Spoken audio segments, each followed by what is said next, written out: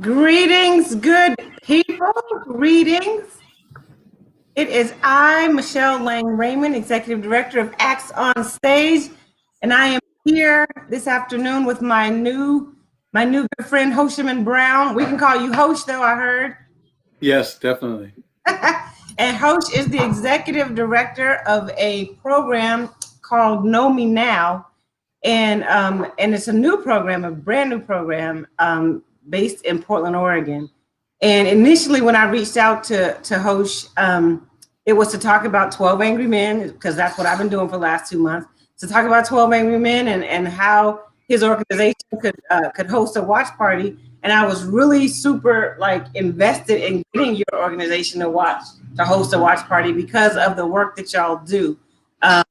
Just before we jump into this, I just want to say I'm representing a lot today. I'm representing Choose 180. Have you heard of Choose 180? No, I've never heard of Choose 180. What is that? You got to look them up. Choose 180 is a mentoring program for young people that are in the system. Wow. I'm also representing Voices, the Voices Project and the Voices Conference. Shout out to Leroy and Donna Barber. But I felt like it was important for me today to get on and just sort of highlight organizations like yours that are doing amazing work. And the work that you do definitely does tie into the 12 Angry Men broadcast that's coming up. But that's actually the secondary reason why I wanted to talk to you today, because I wanted to follow the work that I do with the work that you do. So let's just jump in real quick. Tell everybody what Know Me Now is actually even all about. So first I'd like to say I'm super excited about tomorrow as well, because I cannot wait to see 12 Angry Men. I'm just so ecstatic about it. I just feel like this is going to be awesome for us as an organization, but it's going to really be good for some of the volunteers and a lot of the people that we're working with to kind of give them a really cool insight on how this ties into the work that we do. My name is Hosheman Brown. I am the director of Know Me Now here in Portland, Oregon, where basically Know Me Now, we focus on family-centric, focusing on the parent and the child to build a strong family bond and a relationship, also to provide opportunity for the child and the parent to grow. We aim to reduce the prison return rates in Oregon by building family-centric support systems in the homes and the neighborhoods that empower transitioning people right to change and grow and enhance their legacy. So what that means for us is our focus is to work with kids who are in foster care, who have an adult mom or dad that's incarcerated. And so when we thought about Know Me Now, we didn't just wake up one morning. We just launched Know Me Now back in January of 2020, so this year. And when we launched Know Me Now back in January, there was a lot of groundwork and a lot of research done in coming to the point of saying, hey, this is a need. There's a need. We formed a committee of African-American leaders in our community and said, hey, this is a need. This is a need because we see so many black and brown kids who are overrepresented in the foster care system, and so many parents who are overrepresented in the penal system, that, hey, this is a need and what can we do about it? So we did our research. We went and did some research on the top 20 reentry programs in the country. And what was so astonishing to us was that these top 20 reentry programs, they had a lot of commonalities. And one of the commonalities was pro-centric, pro-social networks. Yeah. Meaning having a group of people to walk alongside the moms and the dads as they're being released from incarceration. I mean, because when you think about it, when a mom or dad is being released from incarceration, some of them have family members, some of them don't. Some of them are left to navigate the world where in the last 2 or 3 years, they've been told what to eat, when to eat, what to do, how to do it. And so what we wanted to do is just build a system and build this system around the child, the parent, and also build a system around the people who are going to be working with the child and the parent, which is the Department of Corrections. This is so good. I want to make sure that everything you just said is not getting lost on people. So when you say a reentry program, you're talking about people who have been to prison or jail I don't know if you make a distinction, but people who have been locked up or people who have been in the prison system, and when they come back out, that's called reentry. When they come back to their life, whatever their life is, that's called reentry. And what Know Me Now is an organization and a program that is responsive to that reentry transition, to that process, because people think you get out and you just go back to life and you just make a good life for yourself, but it is not that simple. And we need people, we need organizations, we need organized people, let's put it that way, that help people re-enter society for the greater good, not just for their greater good, but for all of our greater goods, especially for the good of their children. Yeah, that's correct. And so what we focus on is working. We want to be able to build that relationship and engage the child along with the parent while the parent is still incarcerated, because we know building healthy relationships of love and engagement means a lot. It will mean a lot because we know that kids who have a parent who is incarcerated are 10 times likely to end up in incarceration themselves through the data that we've collected. Yeah. And what we're trying to do, our focus is to break that cycle of generational incarceration and poverty as well. Yeah. You can't do anything about the time that's going to get lost, but hopefully you can help navigate the relationship between parents and child while that time is happening. Exactly. I think that's just such an important thing. How did Know Me Now? Tell me about the name. Know Me Now is came up. Our executive team got together with a group called and they kind of focus on like what is Know Me Now about? I want you to know me now, because what we're calling the mom or dad who's incarcerated is our new neighbor. We're calling them our new neighbor. I mean, you're coming back into this new life and you're going to be entering this space where you haven't navigated for the last 2 or 3 years or however long you've been incarcerated. But Know Me Now is as I was, as I am, as I can be. So the focus is to know me now. Don't know me as a person that I was a long time ago, but I want you to know me as a person I am right now and as a person that I can be in the future. Because through the help and the work that we're going to do and the volunteers that we're working with, they're going to put together along with this adult in custody, along with that pro-social network that we're building. We're hoping to really catapult this person into the new person that they are and walk alongside them. Yeah, this is so good. And again, let me just make a connection for people. I still want to hear so much more about Know Me Now. Yeah. I know I feel like it feels like I shouldn't be this excited about something that kind of from a troubled place, but I just feel so inspired that organizations like yours and again, Choose 180 exists because of how important the work that y'all do is. That organizations like mine, like Acts on Stage, cannot just do shows, but that our shows lend to work like yours, right? That our shows sort of lead people to want to do more stuff like the work that you guys are doing. So you guys actually have a system. Oh, okay, before I jump into your system, let me just say this. The reason we're connecting Acts on Stage and Know Me Now is because we are broadcasting our first premiere tomorrow, 12 Angry Men, online everywhere. Just go to actsonstage.com/12 Angry Men tomorrow at 4 o'clock. Know Me Now is actually hosting a watch party, and you guys are having a conversation too, right? Yes, we are. We're going to have conversations out there because I think it's important for us to really talk about what we experienced through the experiences of those 12 men in that juror space. Yeah. Exactly. And so that was the way that we were connected on this project, was to say, you know what, before the people that you serve go into prison, and before those children become children of those people, there's a whole process that happens that affects them.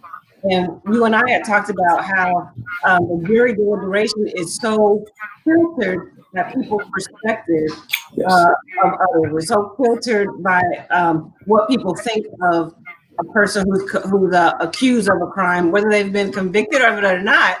How people perceive them, and like in the jury room, in this production, you sort of get to hear. It's fictitious, but it's real life too. You sort of get to hear how people talk about people who are on trial, and what that might mean for that person. How are you connected? Like, tell me a little bit about how you guys are connecting to 12 Angry Men tomorrow, and yeah, and how you intend to use this production to talk about this. And who are you talking? Like, who's the watch party with?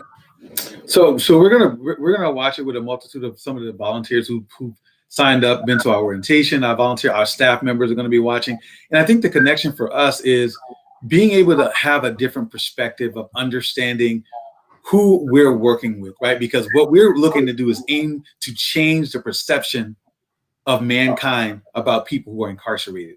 And so having those 12 jurors from different lenses, because we all see things through a different lens, whether it be race, gender, or whatever we see, our socioeconomic background, however that is, we see things differently. And giving people an opportunity to be able to see that, like we said, you're not your worst mistake. And giving them that opportunity to be able to see how these jurors are thinking from their perspective, and like, hey, what would you do in that situation? If you were a juror in that situation, how would you think about this? Give them some interest, some introspect, a perspective on what I would be feeling if I had to make and decide someone's fate.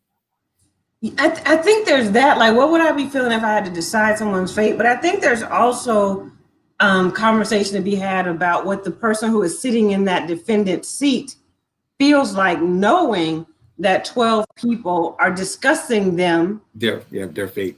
That 12 people are discussing their worst day. Yeah. And they're deciding the rest of their days based on their worst day, right? Yes. That a little bit.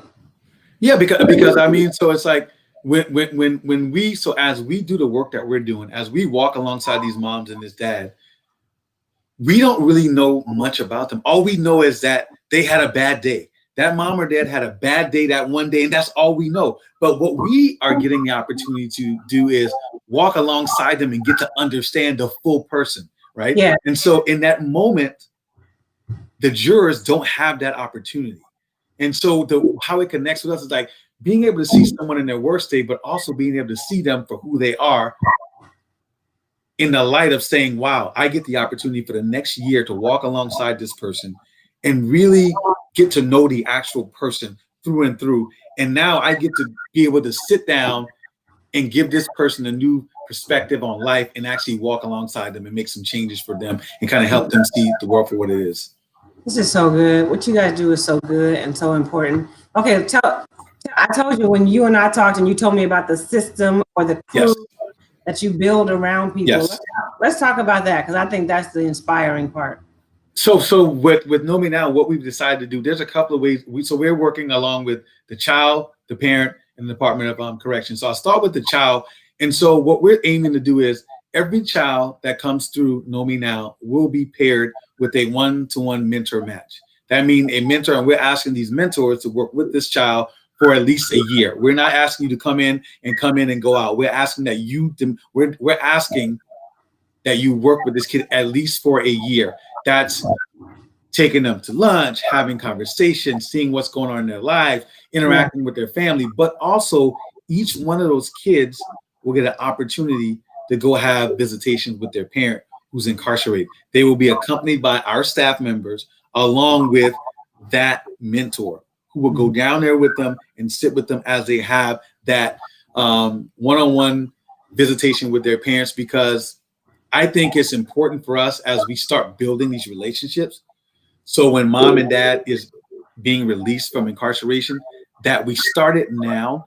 And we're not asking that the mom and dad have to live. We're not asking that the mom, the kid have to all live in the same household once mom and dad is released from incarceration. But we're asking that we build that relationship so that when they are released back into the community, that they continue to build that strong relationship along with us, still walking alongside with them. You know what's also really good about the mentor being in a role to go with the kid to see their parent is sometimes the parents of that kid, they're not together anymore, or they don't get along, or you know how stuff. Exactly.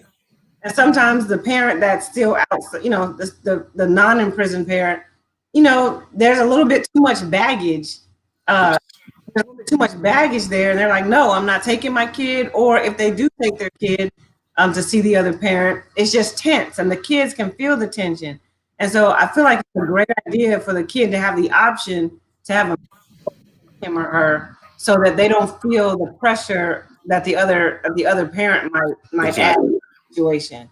So I think that's keep going, keep talking And about it. along with that, these kids will get these volunteers who are going to be working and walking alongside these kids and mentors. They're going to get extensive training. We've had extensive training from every aspect that you can actually think of to make sure that these volunteers are equipped to work with these kids, because these kids have been through a lot of trauma. The parents have been through a lot of trauma. So we want to make sure that we're equipping our volunteers with trauma training, making sure that when they go in, they understand like what and who they're working with. Yeah. And we're bringing in an outside resource to come in and train us up and train us on trauma.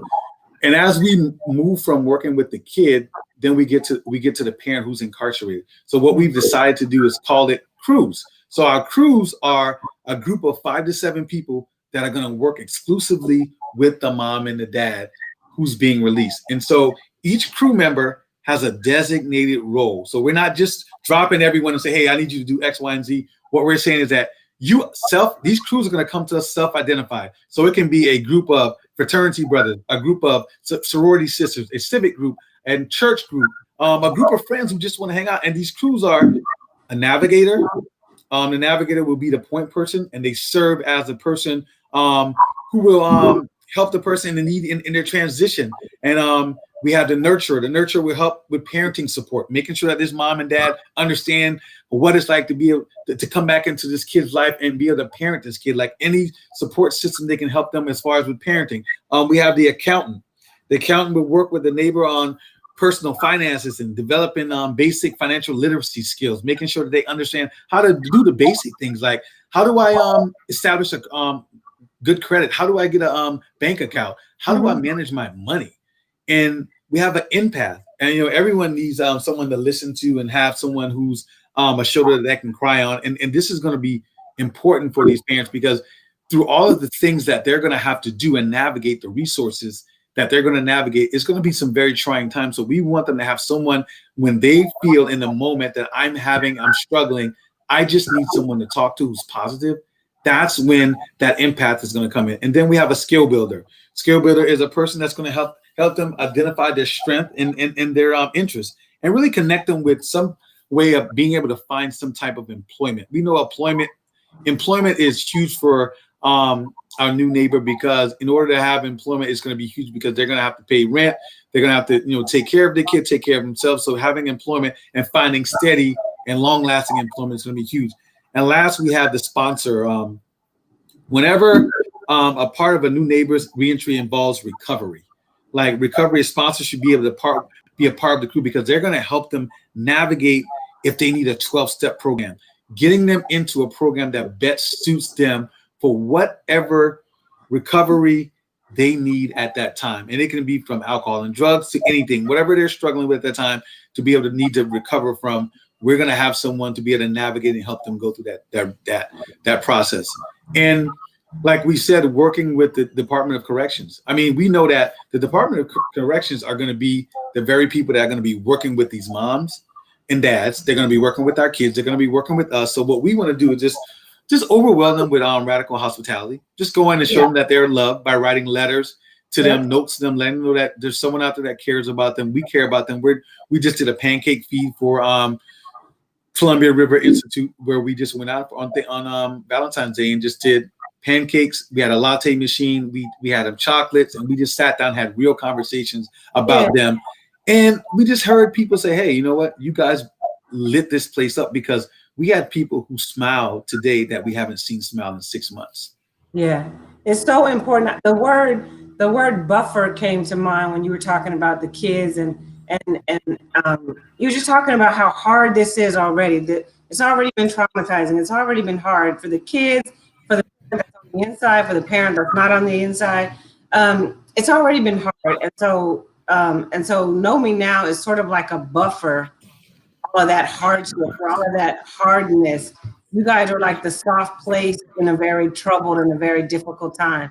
And you guys are providing people with not just one person, but with a crew that that becomes that soft space for them, or that buffer for them. Yeah, it's definitely. And at the end, I mean, at the end of the day, and all of this work was done in the midst of a pandemic.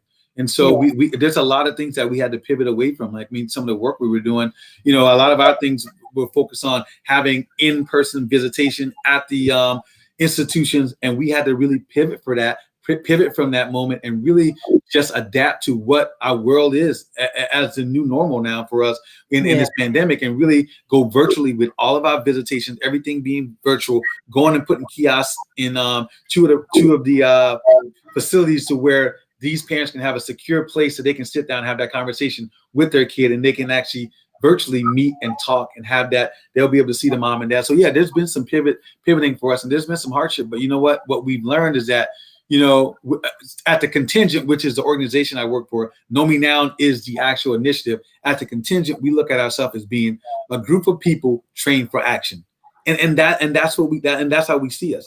We believe that we can mobilize community for the greater good of the people. Yeah, that's beautiful. So let's have a keep it real moment, or keep it 100. I Keep think it 100. I love keeping it 100. So when you and I talked, you were telling me about the cruise. Yeah. And how, you know, again, how beautiful that model is, how important that model is. But the thing that you also shared with me was that many of your crews are made up of white people. Really, real talk. And even though a lot of the people that you serve are Black and brown, a lot of people that have stepped in to be on these crews are not Black and brown. And we want to change that. And we understand that there's reasons for that, legitimate reasons for that. As a Black woman, as a Black man, I think it's important for us to say and share with other Black and brown folks that there is a need, and that there's an organization that's meeting a need that could use you coming in a very distinct way. What other thoughts would you like to share with the folks about that? For me, it's like, you know, we welcome any volunteer that wants to work with us and juice and help us move this work forward. But our need right now is communities of color, and I'll take it one step forward and be very explicit. We need African American, we need Asian American, Pacific Islanders, we need Hispanics and Latinx group. We need people who represent the people that we're working with. And what I can say is, you have if you're connected to a church, you're connected to a fraternity, you're connected to a sorority, and I know sororities and fraternities, you're based on community activism and being in the community. Here's an opportunity for you to step up. If you're a part of a fraternity, if you're a part of the Alphas, the Omegas, you know, all of the different other fraternities, step up. I need you. If you're in Portland, if you're in the Portland area, we need you guys to step up and say, hey, here's an opportunity for you to come into a African American male's life and be a mentor. Here's an opportunity for you to talk to a African American male man and say, hey, I'm here to help you. Step up. And we need church groups to step up. And really, African American females, males, we need you to step up, because it's important. Because right now we're looking at our demographics and we're not represented. We're overrepresented in the correctional facility and in foster care. But right now, in the work that we're doing in reentry and as far as Know Me Now, we're not represented enough. And I'm speaking directly to you. Yeah. And I mean, this is a hard ask to say, hey, if you're in our area and you feel like you have something and you want to step up and do something, we're here. Go to www.knowmenow.org. Sign up to be a mentor. Come to one of our orientation. Go check us out on Facebook, on Instagram, and just see what we're talking about and what we're doing. And just join one of our orientations and just get an opportunity to see what we're doing, because we need you more than ever right now. You know what? There's people who are like, well, I'm not really called to prison ministry or prisoner or transition or reentry ministry or program or whatever. They would say that. But as you said with your crew, if you have a skill, though, we don't need you to be called to prison ministry. We just need you to be willing to lend what you are good at to people who need that kind of service, who need that kind of help. If you're an empathetic person, if you're good at helping people get connected and navigate, if you're good at building skills, even if it's just reading and writing and math, or if it's good at writing resumes, or maybe you have clothes that you want to make sure that they have when they get out, or whatever, bridge builder in whatever kind of way you can be. You don't have to fix all of it. You I want to be on a crew, or I want to sort of step up and say, I think I can bring something to the table. And then Know Me Now will equip them to do whatever it is that they sign up to do. And I just think that is so important. I think it's wonderful that you have volunteers of any kind. Yes. Again, the need is there for volunteers of color to step up, serve people of color, especially who are part of your program, and not just those people, but their kids. And so it's an important thing that you guys do. And I wanted to take a moment to try to tell my audience, or tell the Acts on Stage audience, about who y'all are and what you do. Tell them the website and all that other stuff just one more time. Yeah, so my website is www.knowmenow.org. You can go to our Instagram page. We have a Instagram, we have a Facebook. Go follow us, like us, share our posts, and comment and talk to us, because we're real people. We love to hear what you have to say about the work that we're doing. What we're trying to do is we're trying to change our community, because regardless of how we look at it, our new neighbors, they're going to come back home at some point in time.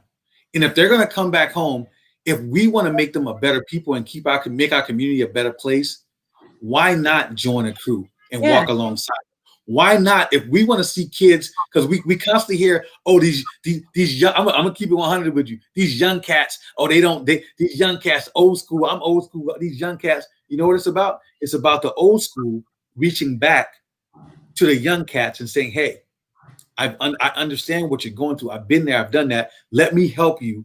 Let me be a mentor to you, so you don't have to walk the same path and go through the same bumps that I had to. And that's all we're asking as a mentor. We're asking you just to be able to be a leader in your community. Everyone can lead in their own way.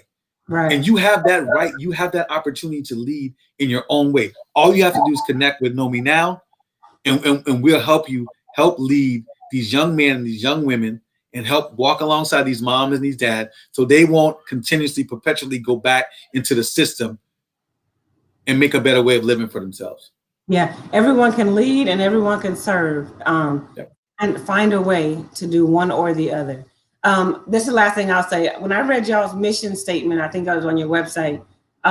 It struck me because it said that your mission is to provide communities ways to serve reentry, or something like that. And what I loved about that, Hosh, was that it wasn't about your mission wasn't specific towards the people that were incarcerated. Your mission was actually for the community, to help the community be better about serving those. It wasn't like yeah, here's a program for incarcerated people. It's actually a program for the community to serve better their new neighbor. Yes, because through my neighbor, we're hoping that the community has a different perspective after working with these kids and working with these adults. We want them, because there's something in it for the community as well, right? Yeah. Because not everyone that when we see people who are incarcerated and come out of incarceration, everyone is not so that's not a redemptive situation for everyone. Some people don't understand like what has transpired in that adult's life to put them in that position to where they were incarcerated. But what we can do is we can find out, walk alongside them, and help that fact that they don't actually go back into incarceration. Right, we change a kid, we change that person's trajectory, but we also save a kid and get that kid on the right trajectory by seeing a positive, engaging parent who is walking on the right path, so that they don't have to worry about ever going back to visit a mom and dad who's incarcerated. Yeah. I think what you do is beautiful. I think what you do is important. I think what you do is relevant. And I hope, and let's just say this real quick. You said if they're in the Portland area, but honestly, right now during this lockdown, even if people can serve virtually in any of those capacities on a crew, you would even still want to hear from them, even if they're not in the Portland area. Exactly. Because now you can do it. And then there's a couple of ways you can, if you're not in that area and you want to be a part of Know Me Now, there's a couple of ways you can be a part of it very quickly. You can actually write letters, write notes, powerful notes to say, and just simple notes. You are loved. Someone's thinking about you. We care about you. You are not your worst mistake.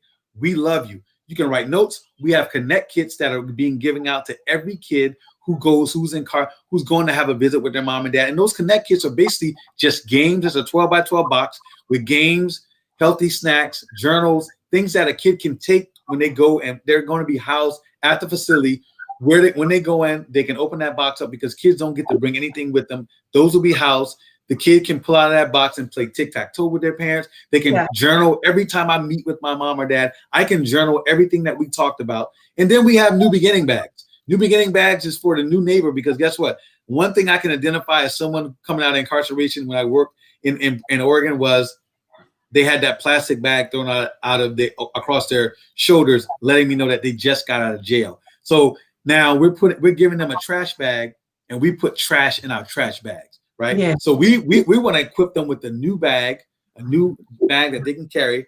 And in that bag, we have a journal, toiletries, everything they would need, gift cards to hotels for a night stay, gift cards to a nice restaurant. We have journals and books to read about, helping them how to be a better parent, how to be a better person, and all those different things. We have a multitude of volunteers stepping up. So if you're not in our area and you want to write a letter, you want to donate a bag, you want to donate a connect kit, you can also do that. Just connect us. Go to that link, www.knowmenow.org. You click on the link that says connect kits or letter writing or New Beginning bags, and it gives you a long description of what you can do and where to mail that to. Man, this is so good. I could seriously talk about this for another 30 minutes, but I know people's attention span is not that long, so Definitely. I think what you do, I mean, I love how what you do merges the ideals with practical things, right?